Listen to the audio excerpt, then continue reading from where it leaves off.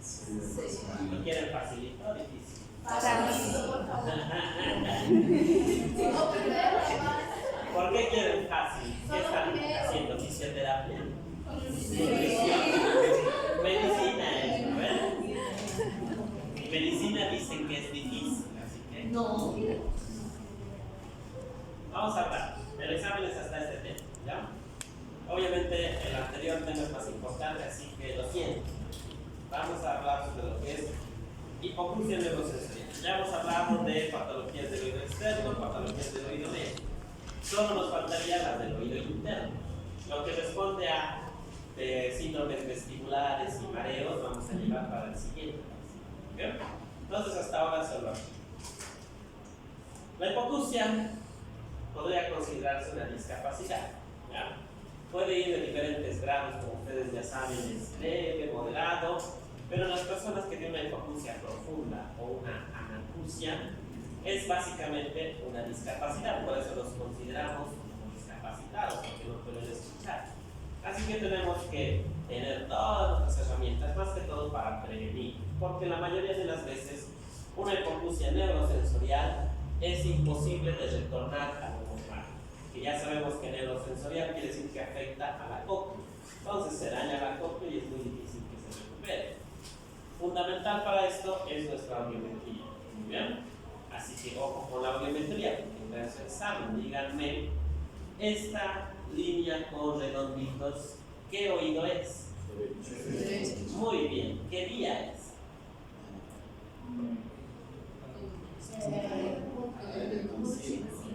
¿Vía ósea o vía aérea? Muy bien. ¿Y las X? ¿Es vía ósea?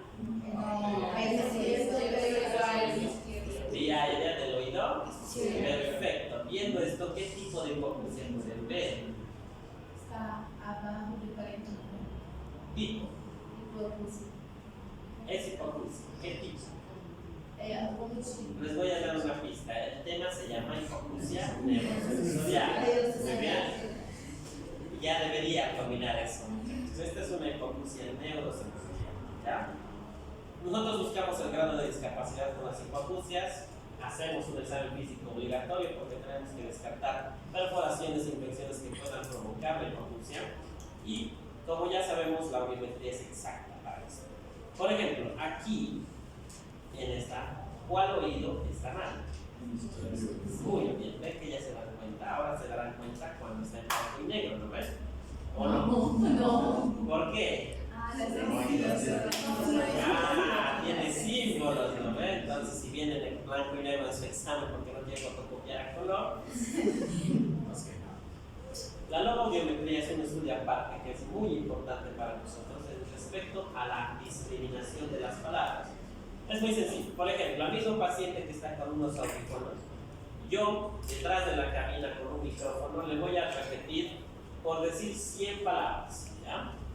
Lo que tiene que hacer el paciente es repetirme exactamente todas las palabras que yo he dicho. Puedo decir casa, mono, perro, y el mismo paciente va repitiendo. ¿Muy bien? ¿Qué es lo que pasa? Que digamos el paciente a 20 decibeles solo puede escuchar o solo me repite 70 de las 100 palabras, quiere decir que solo tiene 70%. Pero yo aumento el volumen y a 40 decibeles me puede responder el 100%. Entonces eso significa que el paciente tiene un 100% de discriminación de las palabras. ¿Por qué me interesa eso? Digamos que yo tengo un abuelito, 69 años, no escucha del oído izquierdo. En la audiometría sale una hipoacusia leve, muy bien, pero el paciente no puede escuchar. Entonces yo le hago una logoaudiometría y mientras voy haciendo, resulta que a 40 decibeles solo llega a 70, a 60 decibeles llega a 70, a 80 decibeles llega a 50, incluso a 100 decibeles llega a 40%. ¿En algún momento ese paciente ha logrado el 100%? No. Ese tipo de problemas me está indicando que el paciente no puede entender lo que yo le estoy hablando. No quiere decir que el problema sea tan que no escuche, sino que no entiende lo que yo le digo. Entonces, un audífono le va a servir. Porque el audífono, aunque le aumente 100 decibeles a lo que le griten, el paciente de todas maneras no va a comprender lo que le estoy diciendo. Esto más me señala un problema neurológico, más que un problema de la audición. Entonces, generalmente estos pacientes que tienen mucha edad avanzada, ya con problemas demenciales y otras cosas. Los potenciales evocados ya hemos hablado, ya sabemos cuándo se realizan, y las técnicas de imagen como tomografías y resonancias nos ayudan más que todo en caso de tumores. ¿Okay? Cuando hay algún tumor, es que queremos usar. Lo más importante, ¿cómo dividimos las hipoacusias? A mí me gusta dividirlo las hipoacusias de los adultos y las hipoacusias de los niños. Las hipoacusias de los niños generalmente son 3: prenatales, perinatales y postnatales. ¿Qué significará prenatal? No necesariamente intraútero, significa antes del nacimiento. ¿Por qué? Porque hay patologías que son hereditarias, que son genéticas. O sea que lamentablemente papá o mamá o los dos tienen un gen defectuoso, le pasan eso a la guagua y nace con hipoacusia. ¿Bien? Hay 2 tipos de patologías hereditarias: sindrómicas y no sindrómicas. En lo difícil primero, ¿qué quiere decir sindrómico? A ver, fácil, yo les pregunto. ¿Conocen el síndrome de Down, verdad? ¿Cómo hacen el diagnóstico? ¿Con laboratorios? Pero ¿qué cositas ven en el paciente con síndrome de Down? Descríbanlo, pediatras, no van a dar el pediatra también. El epicanto, el paladar, el cuello. Hay estigmas, se llaman, ¿verdad? No es necesario hacer un examen de sangre. Yo sé que ese bebé tiene síndrome de Down. Entonces los síndromes se caracterizan por eso, porque un paciente nace con ciertas características que lo encajamos en un síndrome. El síndrome de Waldenger, el síndrome de Alport, el síndrome de Usher, síndrome de Goldenhar. Hay millones de síntomas. Y muchos de ellos, como no se forma bien o el ojito, o el riñón, o el pelito, tampoco se forma bien el oído. Entonces, nacen con hipoacusia. El difícil es cuando tenemos uno no sindrómico. ¿Qué quiere decir eso? Que nace tal cual como cualquiera de ustedes ha nacido. Así, un bebecito normal. Muy bien. Pregunta: si el bebé ha nacido normal, así como ustedes lo ven, incluso llorando, ¿cómo voy a saber si tiene hipoacusia? Le veo su oído, está normal. No, hay una forma que hay. Le hago así y él no sigue llorando. ¿Ven? ¿Qué estudio teníamos? ¿Qué se llama? Porque yo les he hablado de estudios. Y no es este, muy bien, este es después. Autoemisiones acústicas, ¿se acuerdan? Poníamos y si escuchábamos algo, decir que el bebecito tiene la cóclea funcionando o no, ¿verdad? Si no tuviera, recién le pido potenciales para saber si tiene la vía de audición y yo puedo usar mi implante. Pero las autoemisiones acústicas en muchos países son de obligación legal, o sea, está estipulado por la ley que a todos los recién nacidos se les haga, porque hay un buen porcentaje de pacientes que nacen sordos.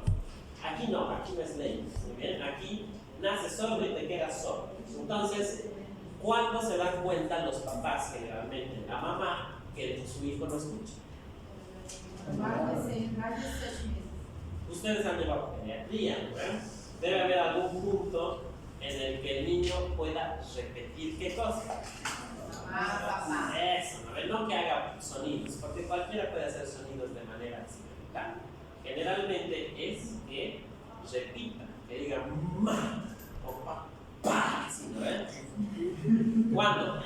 ¿Hasta qué momento debe ser normal? ¿A los 5 años? No. Es mucho, ¿no ven? ¿A los 6 meses? No. Es muy pronto. 1 año, 1 año y medio, por ahí, ¿no ven? ¿Cuándo ya debería poder agarrar 2 palabras y juntarlas? Es decir, mamá caca, ¿sí? Mamá hambre, ¿sí? Deberían saber eso, ¿no ven? Esos son los signos que a las mamás muchas veces les preocupan. Mi hijo no repite, mi hijo no habla, mi hijo no escucha. Entonces eso ya le orienta para que nos traiga. Algunas mamás son muy descuidadas, especialmente aquí, entonces no se dan cuenta a los 2 años. ¿Saben a qué edad se dan cuenta? A los 6 años. ¿Por qué? Porque ni siquiera es la mamá la que se da cuenta, es la profe que le dice que su hijo está solo. ¿Ven? En esos momentos ya está. Normalmente estos pacientes tienen que hacer un tratamiento casi antes del año o al año de vida para que tengan un implante que les permita escuchar. Porque si yo no escucho, ¿qué es lo que no puedo hacer? Hablar. ¿Ven? Yo no aprendo a hablar si no puedo escuchar. Las otras patologías prenatales son las que se desarrollan cuando estamos en la pancita de mamá. ¿Muy bien? Cuando se están formando bien bonito pueden ocurrir muchos problemas. Obvios problemas, pues que me golpee, que me tome un balde de chicha, que me ponga 3 líneas de coca, todo eso. Pero problemas que no puede evitar la mamá a veces son infecciones. ¿Qué tipo de infecciones? La sífilis. Muy bien. ¿Quién causa la sífilis? Es una artista, es una espiroquea. Gran mira. Eso, muy bien. ¿Y con qué matamos al treponema? Penicilina, la medicina más antigua todavía. ¿Sí? ¿Qué más? Otra infección que puede afectar a la mamá, al bebé y provocar que no escuche. VIH, muy bien. El VIH es una patología muy prevalente en las personas que están en edad reproductiva. Así que el VIH es problemático. ¿Qué más? Piensen, chicos, entre virus, entre parásitos. Toxoplasmosis, muy bien. ¿Quién me contagia? ¿Mi mejor amigo? No creo, ¿no? Su enemigo, ¿verdad? El toxoplasma afecta mucho a la parte ocular y no es tampoco raro que afecte al oído. Muy bien, ¿qué más? ¿Qué? La rubiola, perfecto. ¿No ve? ¿Quién causa la rubiola? ¿Un parásito? ¿Una bacteria? Un virus, ¿no ve? ¿Qué más? El herpes simple también es causante de muchas malformaciones, especialmente en inmunodeprimidos. Uno más. Empieza con cito. Muy bien. Ojalá pues hubiera algún tipo de estudio para yo saber si la mamá está enferma con estos virus, ¿no ves? ¿Existe? Y no me he enterado. ¿Qué se llama pues? A ver, sífilis,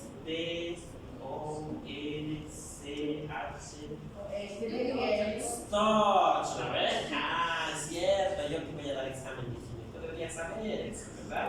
Entonces, eso es algo obligatorio, ¿no ves? Ley, tiene que estar sí o sí en la primera consulta todos estos estudios para saber si tienes infecciones. ¿Por qué? Porque causan malformaciones, no solo del oído, pero a veces no se oye. Las causas perinatales. ¿Qué significa perinatal? Durante el nacimiento, ¿verdad? Entonces nosotros ya sabemos mucho del nacimiento, ¿verdad? Por ejemplo, ¿cuántas semanas tendría que tener para nacer? 38, 37, ¿de 30 y cuánto? 38, si nace a las 37, ¿qué es? No, pasó ¿Pero qué se llama? Si nace a las 32, si nace a las 28, si nace a las 25 semanas, sigue siendo pretérmino. ¿Cuándo es inmaduro? ¿Cuándo es aborto? Eso se sabe bien, ¿ven? ¿Cuál es el problema de que nazca antes? ¿No se forma qué? Los pulmones, muy bien. Ustedes, bueno, tal vez no han vivido yo, pero no volver a ver. Cuando nace una guagua, lo que hace el doctor, ¿qué es? ¿No? Le da una super nalgada así. ¿Por qué? Quiere que sepa cómo es el mundo desde casa. ¿Por qué hacemos eso? ¿Por qué están dándole su espalda? Para que llore. ¿Por qué quiero que llore? ¿Odio? Cuando hace su primer suspiro, mete ¿qué cosa? Muy bien, ¿y qué tendrá? Pues el aire que está en el cerebro. Oxígeno. ¿Y qué cosa de estar aquí? Pues oxígeno, muy importante para nosotros. El cerebro, ¿no ven? Y el oído no es muy diferente. Si yo no le doy oxígeno, las células pensarán muy bien. Y en los chiquititos es muy sensible. Si mi bebé nace antes y nace sin su surfactante, entonces no puede hacer que el oxígeno entre, tampoco va a entrar oxígeno a su cerebro, va a morir el cerebro, por ende puede morir el oído también. ¿Bien? Es así de sencillo. ¿Alguna vez han hecho esto? A la mamá así le ponen con un ecógrafo que suena, ¿no ven? ¿Qué es eso? ¿Qué? Ecosonógrafo. Muy bien. ¿Qué cosa estamos midiendo con eso? Perfecto, ¿de quién? Muy bien. ¿Y cuánto es eso como de nosotros? Como el mío que late a 70. Así lo ve, como a 140 tendría que estar, ¿verdad? Pero, ¿qué pasa cuando está así? Casi a 200. Ese bebé está sufriendo, ¿no ve? Algo le está haciendo sufrir y se está matando. Entonces su corazón se empieza a latir como un colibrí. Si a un colibrí le asusta, su corazón se para y se muere, ¿verdad? Si mi bebé está sufriendo, ¿qué tengo que hacer? Pues sacarlo. Tengo que sacar ese aguamo porque se va a morir allá adentro, ¿ven? Entonces, todos esos problemas no importan. Si nace muy prematuro, muy inmaduro, ¿dónde lo meten normalmente? A incubadora, a terapia, y le meten sondas por todo lado, ¿no ven? Y medicamentos a un montón, porque tienen que hacer sobrevivir a ese bebé. Si mi bebé nace así amarillito, bonito, como les gusta, ¿por qué está de ese color? ¿Y por qué tiene ictericia? ¿Qué le sobra? ¿Y dónde no quiero que entre la bilirrubina? ¿Y qué se llama cuando entra? Empieza con R. Eso es malo, ¿no ven? Para el cerebro, entonces no quiero que... Y todas esas cosas son detalles que suceden durante el parto. Y puede que a la mayoría sobreviva, pero durante el proceso de haber tenido estos problemas ha habido muerte de células que me importan, no solo en la cabeza, sino en el cerebro. Muy bien. Cualquier cosa que haga que mi bebé tenga hipoxia, ya sea que su ductus siga ahí, su corazón no haya nacido al revés, no tenga una arteria, la otra arteria, cualquier cosa que no le dé oxígeno va a alterar la función cerebral y la función neuronal. Las causas postnatales ya pueden ser consideradas en niños, en adultos y hasta mayores. Y bien, en los viejos igual podríamos decir. Generalmente se deben a fármacos, enfermedades o situaciones ocupacionales y la edad. Vamos a hablar de algunos. Primero, los fármacos. Muchos fármacos se consideran tóxicos. No les voy a explicar todos los que se consideran porque yo cuando he entrado a mi especialidad, en mi libro decían 86. Cuando he salido mi libro, la nueva edición, decían 203. Cada año y cada día se van aumentando más fármacos ototóxicos. No quiere decir que todos los medicamentos sean ototóxicos, pero hay alguna que se relaciona, porque ha habido algunos casos en que hasta el ibuprofeno se ha considerado ototóxico. Les voy a dar los que son más comunes. ¿Bien? Por ejemplo, los aminoglucósidos. ¿Qué tipo de fármacos son estos? ¿Para qué se usan? ¿Cuándo usamos? Esto es un antibiótico, ¿no? Entonces, ¿alguna vez han visto usar aminoglucósidos? ¿Cuál es el más común que conocen? Primero, la genta, ¿no ven? ¿Quiénes usarán mucho la genta? Yo les prometo que no uso, para mí es prohibido. Si usan en mis exámenes, se aplaza, ¿no? Pero muchos médicos usan, traumatólogos con fracturas que el huesito se está saliendo, porque tengo que cubrir mucho germen, infecciones urinarias recurrentes, pacientes sépticos, pacientes pediátricos en terapia. Hay muchas veces que se usa la genta. ¿Bien? El problema de los aminoglucósidos es que causa una reacción dentro de la célula ciliada irreversible, consume su energía y se muere esa célula. Y si se mueren las células, pues no vuelven a la vida, entonces su hipoacusia es irreversible, no se puede revertir. Hay algunos aminoglucósidos que afectan más a la parte vestibular y algunos que afectan más a la parte coclear. ¿Bien?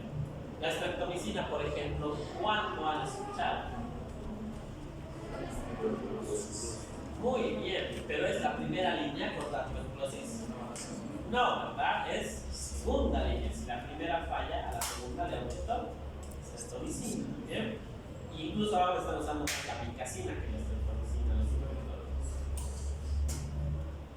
Los diuréticos de asa, como la furosemida, ¿para qué sirven?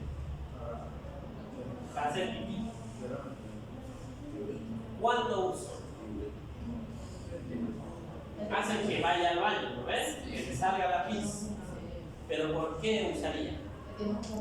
¿Y por qué tendría de vacuna? Hay muchas causas. ¿Cuál es la más común?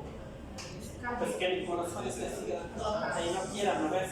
Sacar la sangre, entonces todo el líquido se empieza a acumular y yo necesito sacar líquido, ¿verdad? Entonces el diurético sirve para eso, para muchas igual como este. El problema es que el diurético es como abrir la pila del baño, entonces se va no solo el agua, se va todo, se va el sodio, se va el potasio, se va el cloro y ojalá supiera, en el oído habrá algo que tenga potasio, que sea de importancia. ¿Sí? ¿Dónde? En la endolimfa, ¿no? Entonces, si se me va el agua y se me va el potasio, no va a tener con qué trabajar el oído interno. Ojalá existiera pues algún tipo de diurético que no deje que se vaya el potasio. ¿Existe? ¿Sí? ¿Y yo no me he enterado? ¿Cuál? Esos son ahorradores de potasio. Entonces son más seguros para nosotros. La aspirina, a pesar de que tenga muchos efectos adversos que no me gustan, la hipoacusia no es el que más me preocupa, porque su tipo de ototoxicidad es reversible. Se va adheriendo a los neurotransmisores, a los receptores de los neurotransmisores, compite contra los neurotransmisores. Entonces, yo empiezo a dejar de escuchar cuando tengo dosis más de 6-8 gramos al día, pero cuando la aspirina se va saliendo de mi cuerpo, se va yendo de los receptores y vuelve la función normal. Igual no la uso. La vancomicina, otro de sus grandes antibióticos usados cuando hay mucha resistencia o patologías intestinales. El cisplatino, el carboplatino, ¿cuándo han escuchado que usamos eso? ¿Alguna vez han leído esto? Yo sé que fármaco ha pasado así como si fuera medicina legal o algo así, pero ¿cuándo creen? Piensa. ¿Dónde hablas? Les doy una pista, tiene que ver con un signo zodiacal. No es Leo. Con cáncer, ¿ve? Y cuando me da cáncer, ¿qué me da normalmente? Quimioterapia, ¿no ve? Y la quimioterapia generalmente usa este tipo de medicamentos. ¿Y la quimio qué hace? Destroza las células, destroza lo que se está replicando y pues el oído lamentablemente es muy sensible. Las mostazas nitrogenadas como la ciclofosfamida son peligrosas igual. ¿Cuándo creen que usamos eso? Ciclofosfamida, es un nombre, ¿verdad? Común. Piense. Yo no uso nunca. Los cirujanos no usan nunca. Los traumas tampoco ellos no saben que existe. ¿Qué creen? ¿Cuándo se usa? Normalmente usan cuando los glóbulos blancos se vuelven locos y empiezan a atacar el inicio, se hace conjunto. ¿Qué tipo de patologías son esas? Autoinmunes, ¿no ven? Entonces los reumatólogos usan el lupus, por pacientes trasplantados, pacientes con reumatológicas, igual que el metronidazol y los corticoides, es de su uso general. Causa de la misma manera toxicidad. Chicos, tengan mucho cuidado, los inhibidores de la fosfodiesterasa también causan ototoxicidad. Había una gran serie de casos en Estados Unidos en que los pacientes estaban teniendo hipoacusia mientras mantenían relaciones sexuales.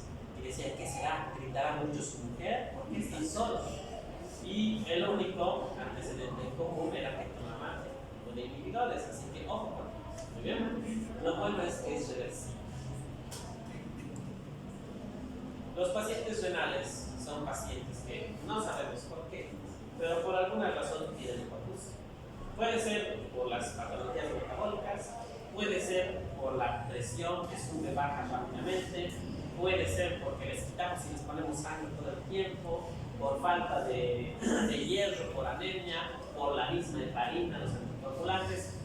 No sabemos, solo sabemos que el paciente enfermo renal va a tener hipótesis en la mayor parte de estos casos. El trauma, más que hablar de un golpe, hablamos del trauma inducido por el ruido. ¿Bien? Esto no es un problema cuando es un ruido pasajero, es un problema cuando es un ruido constante. ¿Bien? Entonces es un motivo de mucha importancia para ocupaciones que están expuestas a ruidos. ¿Cuáles serán esos trabajos expuestos? ¿Es un montón? Los músicos no son trabajadores. Ya, digamos que los músicos trabajan, muy bien, entonces no solo beben nada. Los sonidistas, los técnicos en sonido, los que amplifican, los disc jockeys, todos estos tienen problemas con sus ruidos. Construcción, ¿alguna vez han pasado al lado de la mezcladora? ¿Alguna vez han escuchado el taladro, la moladora, la sierra, todo eso? Suena fuerte. Y a ustedes no les importa un platito, pero a ver, trabajen con eso durante 8 horas, cada día, durante 50 años, les va a causar un problema. Otros trabajos, piensen, ¿qué más? ¿Quiénes más están expuestos? Los maestros, ¿por qué? Que les gritan los niños. ¿Quiénes más? Cualquiera que trabaje en una fábrica, que tenga ruidos, la de Coca-Cola, las empeñadoras, los que trabajan, los odontólogos, por ejemplo. ¿Por qué los odontólogos? Por eso se indica que les gusta. ¿Qué más? Hasta las costureras. ¿Por qué creen las costureras? A ver, han visto eso todo el día. Hasta las mismas secretarias, porque están en el teléfono, y tal vez un tiempo no haga daño, pero imagínense estar toda tu vida hacia el teléfono, todo el día.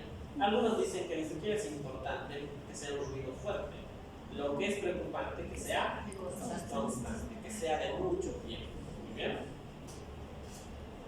Este tipo de curva que van a ver aquí, en la que cae en 4000 y vuelve a subir, es una curva característica de los traumas acústicos, el trauma por ruido. Si ustedes vieran este tipo de sus cabecitas saltan y le preguntan al paciente qué hace para vivir, normalmente van a encontrar algún antecedente que ya les da una pista. La radiación podría considerarse un tipo de trauma, pero la radiación no es algo que ustedes piensen como tomografía, resonancia. No. La radioterapia es algo que usamos en pacientes oncológicos, ¿ven? Y es una radiación muy fuerte y lamentablemente los cánceres de cabeza y cuello, aunque intentamos proteger de todo lo que se pueda, puede llegar la radiación a órganos sensibles. La presbiacusia. ¿Han oído hablar de la presbicia? ¿Verdad? ¿Qué significa presbicia? Pérdida visual. ¿Por qué? ¿Por la edad? Entonces, presbiacusia, ¿qué será? Pérdida de edad. Muy bien. Ahora, ciertamente la mayoría de los viejitos no escuchan y podemos decir que es con la edad. Pero hay alguna pequeña controversia porque algunos puristas dicen que tendría que ser un paciente que no tenga infecciones, que no tome medicamentos, que no tenga enfermedades y que no tenga respuesta a ruidos. ¿Existe un viejito así? No. Claro, es raro encontrar a alguien que no tenga nada de eso. Entonces, es a veces un poco difícil decir cuándo es un problema por esto y cuándo es netamente solo por la edad. ¿Muy bien? De todas maneras, sí hay una relación entre la edad avanzada y la pérdida de la audición. Esto no es difícil. La enfermedad de Meniere vamos a hablar con más detalle cuando hablemos de patologías vesiculares, pero para que sepan rápidamente. En esta enfermedad se produce un aumento del líquido endolinfático. Entonces las bolsas, las membranas se empiezan a hinchar, lo que llamamos un hidrops endolinfático. Ahora, obviamente, como se está hinchando la cóclea, va a aparecer hipoacusia. También va a aparecer tinnitus. ¿Y qué otro síntoma aparece? Vértigo. Esa es la triada característica de la enfermedad de Meniere. Hipoacusia, tinnitus y vértigo que aparecen y luego desaparecen. ¿Muy bien? Como hay mucho líquido, entonces lo que nosotros recomendamos es que no tome mucho líquido, no coma mucha sal y a veces se recomiendan diuréticos, pero no hay una cura específica para la enfermedad de Meniere.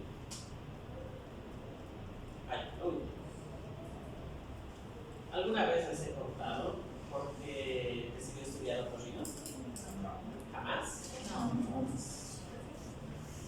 Hace muchos años, no voy a decir cuántos, yo era como ustedes, no sabía nada de la vida. Daba exámenes por dar, aprobaba porque mágicamente aprobaba y llegó el día en que terminó todo y tocaba hacer el internado. Como muchos de ustedes decían, aprenderé cuando esté en el internado. ¿Bien? Mentira, no lo aprendí, ¿ya? El internado es puro alcahueterío, puro llenar cosas, ven de aquí para allá. Eso aprende, muy bien.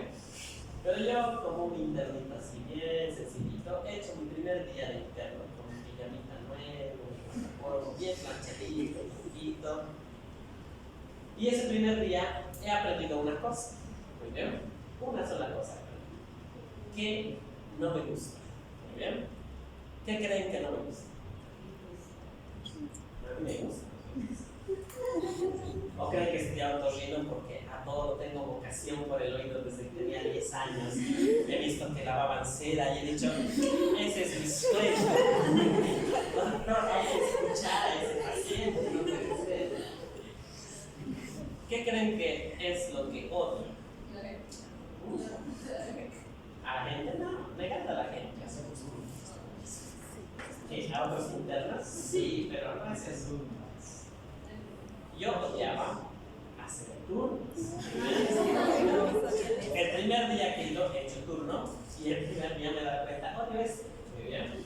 Odio desvelarme, odio que me despierten a las 3 de la mañana, odio estar cansado el día siguiente haciendo trabajo de shit.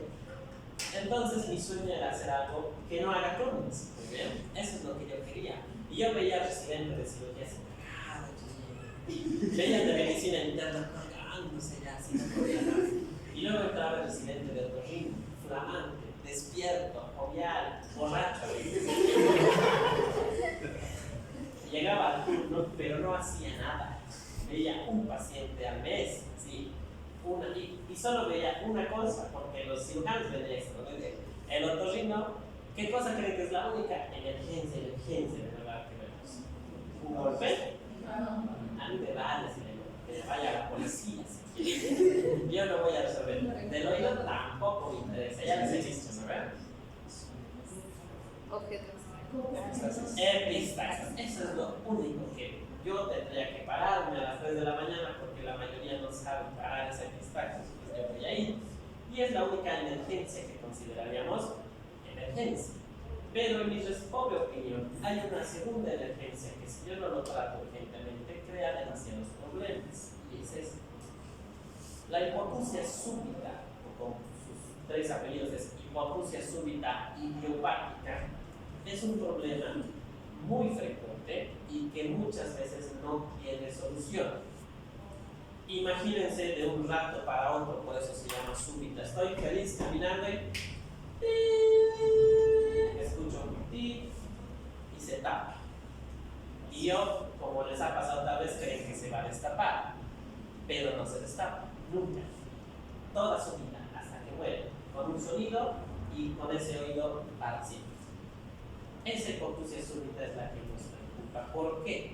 Porque cuando pasa esto, no sabemos por qué pasa, pero sabemos que tenemos que hacer algo en las primeras 72 horas, porque si no lo hago, esa probabilidad de que se queden así sordos es casi el 100%. ¿Bien? Eso es feo, muy feo, bastante horrible para una persona. Así que yo tengo que dar un tratamiento inmediato al paciente. Por eso lo considero como una emergencia, como algo urgente, porque les gustaría a ustedes no escuchar toda su vida de un rato para otro y que el doctor les diga, no sé por qué te ha pasado eso, No es algo bonito, muy bien. Causas, teorías tenemos muchas. Patologías inmunológicas, traumáticas, degenerativas, tumorales. Las más favoritas son problemas vasculares y problemas virales, que puede ser una causa multifactorial. No estamos seguros de eso. ¿De qué estamos seguros? Que el tratamiento tiene que ser rápido y tiene que ser con corticoides. ¿Bien? La idea es que esas células ciliadas están muriendo, están inflamándose, las reacciones están causando una cadena de reacciones que va a hacer que todas empiecen a morir. Yo tengo que evitar eso, empezar a revivirlas como sea, que vuelvan a lo que están. Los corticoides son la herramienta fundamental. Ojo chicos, no quiere decir que yo a todos los que den corticoides van a volver a escuchar, pero en la gran mayoría funciona. Pero hay un porcentaje igual, no es un poco, que aunque le dé lo que le dé, se queda así. Los corticoides tienen que estar en su esplendor, o sea, la máxima dosis posible, generalmente por vía oral, vía sistémica. ¿Ya? El chiste es este. Hay contraindicaciones para los corticoides, creo que expliqué algunas. Recuérdenme cuáles. Diabéticos. ¿Qué? Inmunodeficientes. ¿Qué más? Hipertensos, pacientes desnutridos. Hay una gran serie de pacientes que no pueden usar corticoides. Para ello se ha diseñado una técnica que no es la más convencional ni la más segura, pero es la única que está a su disposición, que es la administración intratímpana. ¿Bien? El mismo corticoide con una linda jeringuita a través del tímpano, lo aquí inyectamos al oído medio. Se va a ir acumulando y por difusión tiene que ir entrando a lo que es. ¿Muy bien? No es, como les digo, pues la opción número uno. La opción número uno es esta, pero si no tuviera opción, hago esta. Problema igual que esto puede causar infecciones dependiendo de los cuidados que tengan los pacientes, es algo delicado. La primera ley en cualquier tipo de patología es no hacer daño. Bien, eso es lo primero que tienes que saber. ¿Listo? ¿Alguna pregunta? ¿Alguna duda? ¿Qué? Damos irrigadores sanguíneos, petroxifilina, sinaracina, pero eso es más como el tráfico médico. ¿Bien? Tienen un efecto que se acumula con los días. Y al final, esos son más para mantenimiento, o sea, para que lo que ya tiene no vaya empeorando más. Eso normalmente es la indicación de los irrigadores. ¿Alguna otra duda? Muy bien.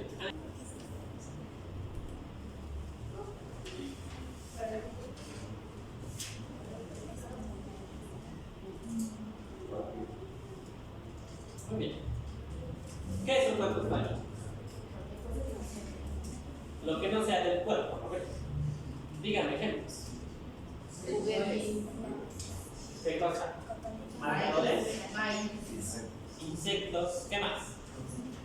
Cotonete, maíz, salchicha, ¿qué más? Hay hartos, todo lo que puedan imaginarse. Es un cuerpo extraño. Un dinosaurio, un auto, una llanta, un bolígrafo, así enterito se va a quedar. Cotonete, cabello. Si es de otra persona, sí, ¿no? Pero si es de nosotros, no es un cuerpo extraño. Todo lo que sea imaginable puede ser introducido. Puede ser de dos formas. Una, que se metan algo que se rompa y esa parte que se quede adentro. O la segunda, que sea algo de un tamaño justo para el conducto y se atore en esta parte. ¿Qué se llamaba esta parte? Es el ínciso, ¿ve? La parte más estrecha. Ahora, ¿es más común en adultos o en niños? ¿Y por qué? Porque son traviesos. Porque no escuchan. Porque los niños, así como la gran mayoría de los adultos, hombres, tienen la tendencia de rellenar los orificios, o sea, se meten cosas a los oídos, a la nariz, a la garganta, a todo lado. Muy bien. Entonces, son traviesos. ¿En los adultos puede pasar? Hombres, sí. ¿Y las mujeres?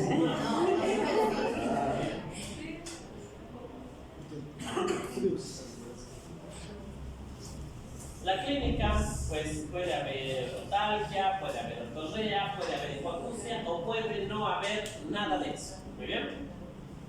Pero ¿qué cosa normalmente ya les va a decir o les va a orientar a que el niño tiene un cuerpo extraño? No es ninguno de estos síntomas. Antes de hacer la exploración. Lo que les va a decir que ese niño tiene un cuerpo extraño es la mamá. Muy bien. Lo primero que les dice, ¿qué es lo segundo que les va a decir? He intentado sacar, ¿ve? Y si lo hubiera logrado no estaría con ustedes. Ahí es donde entran ustedes. Una forma de dividir los cuerpos extraños es así: inanimados, animados. Por ejemplo, los animados son los que están vivos. Ejemplos rápidos. Insectos. ¿Qué insectos? Una tarántula, una mantis religiosa, mosca, ¿qué más? Hormiga, ¿qué más? Zancudo, ¿qué más? Garrapatas, ¿qué más? Arañas, bichucas, chulupis, todo lo que se les ocurra que pueda entrar va a entrar. Muy bien. Inanimados, orgánico. Ejemplo. Lenteja, muy bien, ¿qué más? Habas, almejas, hisopo, no es orgánico. ¿Qué más? ¿Qué cosa es orgánico? Semillas, cáscaras, semillas de qué? De palta, de durazno, de naranja, de mandarina, de sandía, de girasol, ¿no ven? Inorgánicos. Cotonete, ¿qué más? Borradores, lápices, piedras, plásticos, aretes, juguetes, todo lo que se les ocurre, ¿no ven? A ver, les hago una pregunta filosófica. Digamos que entra un mosquito a mi oído y dentro de mi oído se muere. ¿Sigue siendo un cuerpo extraño animado? No. ¿Y qué es entonces? Inanimado. ¿Inanimado qué? Orgánico. Muy bien. Aquí tenemos ejemplos. Por ejemplo, este es un algodón, este es un papelito y este es una ramita. Pero está facilito porque aquí tengo los nombres. ¿Okay? Entonces, haremos sin nombres. ¿Qué es esto? Algodón. Algodón. Es un planeta. ¿Es un chicle? Yo nunca he visto un chicle tan perfecto. Cuando lo más se suele hacer. A ver, tranquilos. Muchas veces no van a poder saber qué es y me lo van a mandar probablemente, pero me lo tienen que mandar bien. Esto será animado o inanimado. Inanimado. Orgánico o inorgánico. Inorgánico. Muy bien, al menos eso tienen que poder reconocer. ¿Eso qué es? Churupí. Eso es una hormiguita hippie, ¿no ven? Se ha ido de la ciudad. ¿Qué es eso? Piedra. Animado o inanimado. Inanimado. Orgánico o inorgánico. Inorgánico. Muy bien, parece una piedrita, pero qué sé yo, son cientos. ¿Qué es eso? ¿Es una abejita? Aquí tiene ojitos, aquí tiene ojitos. Miren, es una mosca. Ay, qué asco. ¿Qué es eso? ¿Oro? ¿Es un diamante? Yo he entrado buscando cobre. ¿Cuerpo extraño, sí o no? No puede. ¿Y qué es? ¿Y le van a lavar?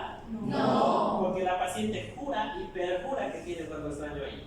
Y les va a pedir que laven. No. ¿Sí ven esto? No, ¿ve? Pero si le hacen caso a la paciente y dicen, bueno, te lavaré. ¿No ve? Entonces hay que tener criterio. ¿Cuerpo extraño? Sí. ¿Qué es? Véanlo bien. Vean más allá. Ven esta casita que va hacia allá. Ahora si lo empujo un poquito más. No, ¿ven? Este es el más común en adultos. Es la cabeza de un cotonete. ¿Muy bien? ¿Se acuerdan del paciente que han visto? Así de llaves. ¿Cuerpo extraño? Sí. ¿Qué es? No sé. ¿Una uva? ¿Qué es? Son heces. ¿Esto es cabello? No. Eso es cera. ¿Y la cera es un cuerpo extraño? No. No, porque lo producen ustedes, es su hijo, ¿eh? Entonces hemos definido el cuerpo extraño, lo que es ajeno a nosotros. Eso también es cera, ¿no ve? ¿Cuál será más fácil de sacar, este o este? Este, ¿no ve? Para que vean que viene de distintos olores, tamaños, formas, sabores. Este es más difícil de sacar. Si yo quiero sacar esto, es mejor que le pongas gotitas o vaselina o aceite, algo que me ayude a que salga más fácil con el agua. ¿Cuerpo extraño? No. ¿Cera? Sí. Tiene un poco de cera, pero esto más que todo es piel. Esto es la epidermis que se va descascarando. Y aunque no lo crean, si se pone en la posición incorrecta va a impedir que pase el sonido. Así que genera hipótesis, una molestia, a pesar de que es algo más bien delgadito. ¿Bien? Entonces, ya saben hacer lo que es el diagnóstico, solo tienen que revisar. Si encuentran esto, es que el paciente ya está complicado. Si hay pus, si hay secreciones, una infección, y si está roto, normalmente no es por el cuerpo extraño. ¿Por qué es que se rompe? Porque intentan meter algo, ¿no ven? Entonces, ¿cómo sacamos un cuerpo extraño? ¿Con pinza? Depende de quién. Si lo hago yo, si he traído la pinza, ¿no ven? A ver, desde el día de hoy y hasta que se mueran o sean especialistas en otorrino, yo no les permito meter ningún instrumento en los oídos de los pacientes. No me importa que lleguen listos o docentes de medicina interna. Muy bien. Ustedes tienen prohibido meter cualquier cosa porque para meter algo tiene que ser específico y tienen que ver bien. Muy bien. Lo único que pueden hacer como médicos generales es meter algo. Muy bien. Y créanme, la mayoría de las veces va a salir, ya sea cera o sea un cuerpo extraño. Muy bien. ¿Qué necesitamos para eso? Agua. ¿Ves? Una jeringa. Muy bien, esto es hecho en casa. Muy bien. Necesitan una mariposita. Ahora dirán, doctor, ¿qué es una mariposita? Y yo, qué buena pregunta. Esto de aquí es una mariposita. Lo usaban para hacer velotrices. Muy bien. Lo cortan como hasta por aquí y lo pegan a su jeringa. ¿Listo? Luego tienen que cargar agüita. Y esa agüita tienen que llegarlo con fuerza, generalmente apuntando a la parte superior. Y la idea es que el agua va a entrar, va a rebotar y va a sacar el cuerpo extraño al salir. Muy bien. Suena muy sencillo, ¿verdad? Pregunto, ¿cuándo no debo hacer esto? Sí, hay educación. Eso, muy bien. Y si yo no veo la membrana, No hago. ¿hago o no hago? Porque les digo, 95% de las choques extraños o tapones de cera no van a ver. Ahí es un poco de controversia. Muy bien. Tienen que tener una relación médico-paciente. Quiere decir, confiar en lo que él les dice. Merece confianza, es un paciente responsable, es un paciente que ya lo he visto, es un paciente que ya le he lavado antes, es un paciente que conozco. Quando o paciente que é consciente que vai meter uma coisa aí, não é Si ese era su culpa, ¿verdad? Estamos hablando de eso, ¿muy bien? Pero un paciente que nos miente, un paciente que le digo, ¿te ha salido alguna vez líquido? No sé, creo que sí. A un paciente que no tiene idea de lo que pasa ahí, es un paciente que no puedo confiar en que hay este error. Lo facilito, lo único que tienen que acordarse, ante la mínima duda, no la hago. ¿Listo? Si hay una pequeña duda, lo dejan ahí, me lo mandan a cualquier otro nivel, no se va a morir. ¿Bien? ¿Este video se lo merece? No, muy bien. Cuando me lo mandan a mí, yo voy a hacer todo esto bajo microscopio, generalmente con coditos y pinzas pequeñitas, pero como ustedes no van a hacer eso, entonces no les enseño. ¿Qué es lo que no tienen que hacer? Muy bien, eso sí deberían saber. Para empezar, no se oyen sus sueños, ¿ya? Sean ejemplo, muy bien, yo les conozco, les veo así. Después de la ducha, así está dentro, se ve como mueve su piecito, ¿verdad? No metan instrumentos, quieren, cuando estén en campo les van a dar una pinza anatómica y saca el cuerpo extraño, doctor, así, en la orejita de un niño. Muy bien, no hagan eso. No le enciendan fuego, no le pongan gongona, no le pongan ruda, no le hagan pis encima, nada de eso. Muy bien. Lo hacen señoras lo hacen, se sientan ahí. Y yo hice, es estéril, ¿no? Entonces, muy bien, eso es todo. Ven, va a durar 10 minutos.